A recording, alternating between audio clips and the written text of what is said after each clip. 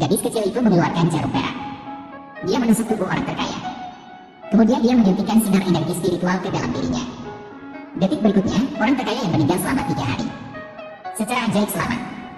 Dan itu juga memperpanjang umurnya 10 tahun. Tidak hanya itu, dia juga memiliki 2 saudara laki-laki dan 1 saudara perempuan. Dan yang satu lebih baik dari yang lain. Yang pertama adalah seorang master dengan seni bela diri yang luar biasa. Yang kedua adalah bintang wanita super kaya. Yang ketiga adalah seorang dokter jenius. Memiliki kekuatan untuk menebang pohon. Anak keempat adalah seorang jenius komputer yang luar biasa. 4 bayi lucu. Mereka dengan sempurna mewarisi gen luar biasa dari ayah tiran mereka. Namun presiden tidak mengetahui keberadaannya. Hanya karena dia diburu musuhnya 6 tahun lalu. Lolos sampai ke hutan bambu. Dia kebetulan bertemu dengan seorang wanita di sebelahnya yang juga tersesat. Jadi mereka mendetoksifikasi satu sama lain. Namun setelah itu presiden terbangun. Namun tidak ada jejak wanita itu yang ditemukan. Hanya kalung kelinci yang ditemukan di tanah. Tapi yang tidak dia ketahui adalah 10 bulan kemudian wanita itu hamil anaknya. Dan mereka kembar 4. Tak disangka, ibu sang rival cinta mengetahui kabar tersebut. Segera bawa pergi ke 4 anak wanita itu. Buang di tempat berbeda. Kemudian ingatan wanita itu sebelumnya terhapus. Tapi untungnya, keempat bayi lucu itu tidak mati. Tapi dia diselamatkan oleh seorang ahli yang tiada taranya. 6 tahun kemudian, seorang wanita yang kehilangan ingatannya secara tidak sengaja menyelamatkan nenek sang CEO. Dari sini ia memutuskan untuk menikahkan gadis itu dengan cucunya. Tak disangka, saat mereka hendak menikah, wanita licik itu menerobos masuk melalui pintu. Lalu melemparkan semua surat tentang aib pengantin wanita ke udara. Katakan bahwa pengantin wanita itu sebenarnya sudah memiliki anak. Mendengar berita itu, nenek CEO, tentu saja gadis yang telah melakukan hal buruk tidak diperbolehkan menikah dengan keluarganya. Bahkan dia menolak pernikahan ini. Presiden pun sangat marah setelah mendengar hal tersebut. Segera lemparkan cincin kawin ke wajah calon mempelai wanita. Setelah itu, wanita tersebut disuruh menyapu jalan untuk menghukumnya karena menipu dirinya sendiri. Namun meskipun demikian, gadis licik itu masih tidak berniat melepaskannya. Dia pergi ke gadis itu dengan mobil sport, pamerkan kekuatan seseorang, menginjak-injak martabat gadis itu, dan memberikan undangan. Undang dia untuk datang dan berpartisipasi bulan depan. Pernikahanku dengan CEO, untuk menyatakan kemenangan seseorang. Walaupun demikian, gadis licik itu masih depresi. Kemudian mereka mengatur beberapa gangster untuk mengikat gadis itu, mencoba menghancurkan kepolosannya. Pada saat ini, anak keempat mengetahui bahwa ibu dalam bahaya.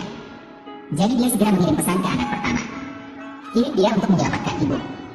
Kemudian, anak pertama muncul di depan gangster itu dalam sekejap. Angkat dia setinggi 10 meter dengan satu tangan.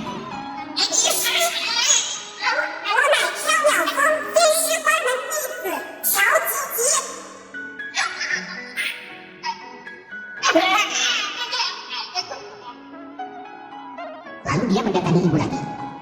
Bangunkan dia dengan kekuatan spiritual. Tapi wanita saat ini tidak tahu. Dia adalah anaknya sendiri. Tapi dia terus memanggilnya ibu. Kemudian, itu mengingatkannya pada apa yang terjadi di upacara pernikahan.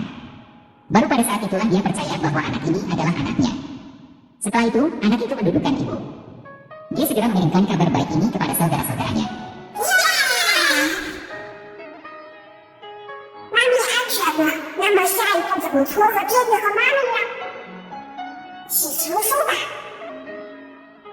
Pada saat yang sama, presiden memegang kalung itu, mencoba menemukannya melalui dia. Wanita yang menyelamatkannya 6 tahun yang lalu. Tapi yang tidak dia ketahui adalah pengantin wanita yang diceraikan sendiri. Dia adalah penyelamatnya. Pada saat ini, sang asisten menyerahkan surat cinta yang ditulis mantan istrinya. Presiden sangat marah setelah melihatnya. Temukan seorang wanita segera. Dia pikir orang-orang seperti dia yang pernah memiliki nunda sebelumnya. Dia sama sekali tidak pantas menulis surat cinta untuk dirinya. Namun wanita itu tampak bingung. Dia tidak pernah menulis surat cinta padanya. Maka presiden pun langsung melemparkan surat cinta itu ke tanah. Lihat sendiri saat memelotopi seorang wanita. 这么久了，还想做回你的少夫人，还不死心？你也配痴心妄想！Saat CEO ingin menghina seorang wanita, anak di samping benar-benar tidak tahan lagi. Berdiri saja dan lindungi wanita itu. 小朋友，你老实告诉我，为什么叫我爹爹？爹爹，你就是我爹爹。